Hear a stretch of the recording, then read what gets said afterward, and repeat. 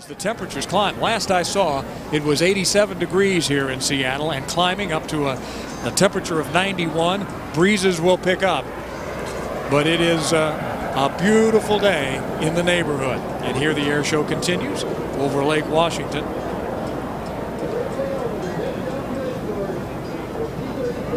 This is an Air Force trainer jet that we're looking at right here.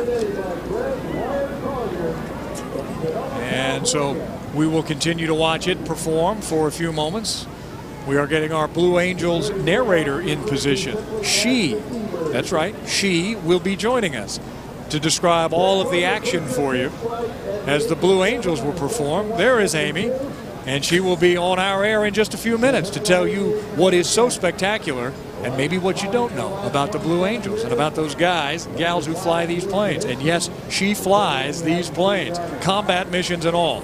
We will talk to Amy Tomlinson, Lieutenant with the United States Navy. We'll chat with her. She's the events coordinator for the Blue Angels. Meantime, we continue to watch the trainer from the U.S. Air Force fly very low and very fast and pass here over Lake Washington.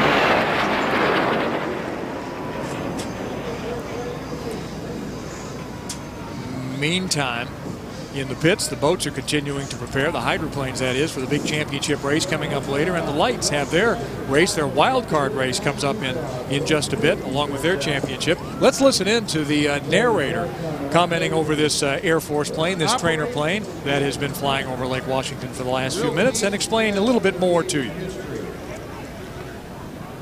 Acquired this aircraft last year and immediately established the T-33 Heritage Foundation to help save these airplanes.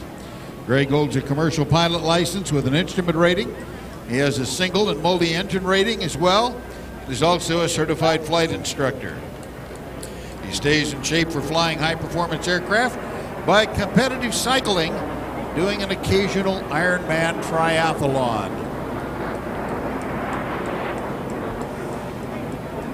This particular airplane is the most widely used jet trainer in the world. It's a two-seat version of the original P-80 that Lockheed produced out of its skunk works down in Los Angeles. The great aircraft designer Kelly Johnson, this is one of his most successful creations. When they built the F-80 Shooting Star, they built it with the assumption that any qualified pilot could hop in a jet and fly it well, and they learned the hard way that that's not the way it is.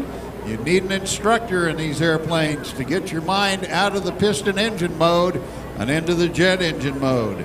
So they stretched the fuselage, put two seats up front, and now they had created one of the most widely used jet trainer aircraft in the world.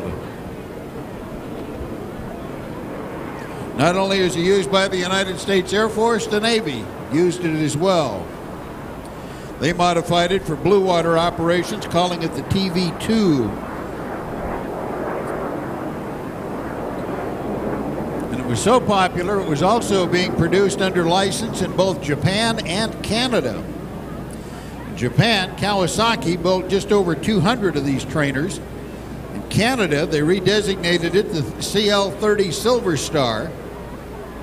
The Allison turbojets of the original design were replaced with Canadian-built Rolls-Royce jet engines. The type still serves as a trainer for both of those countries. Limited numbers were also produced for export, some being modified to carry light armament. And interestingly, fewer than 2,000 of the P-80s were built. Well over 7,000 of these T-33s were built. Only about 350 are still airworthy, and most are in the hands of private owners here in the United States. Until recently, the T-33 continued to serve in Canada as a target tug and general utility aircraft, having been redesigned as a CT-133. Additional examples are still in active military service. And so you've been hearing some of the KeyBank Air Show and the announcer here on site.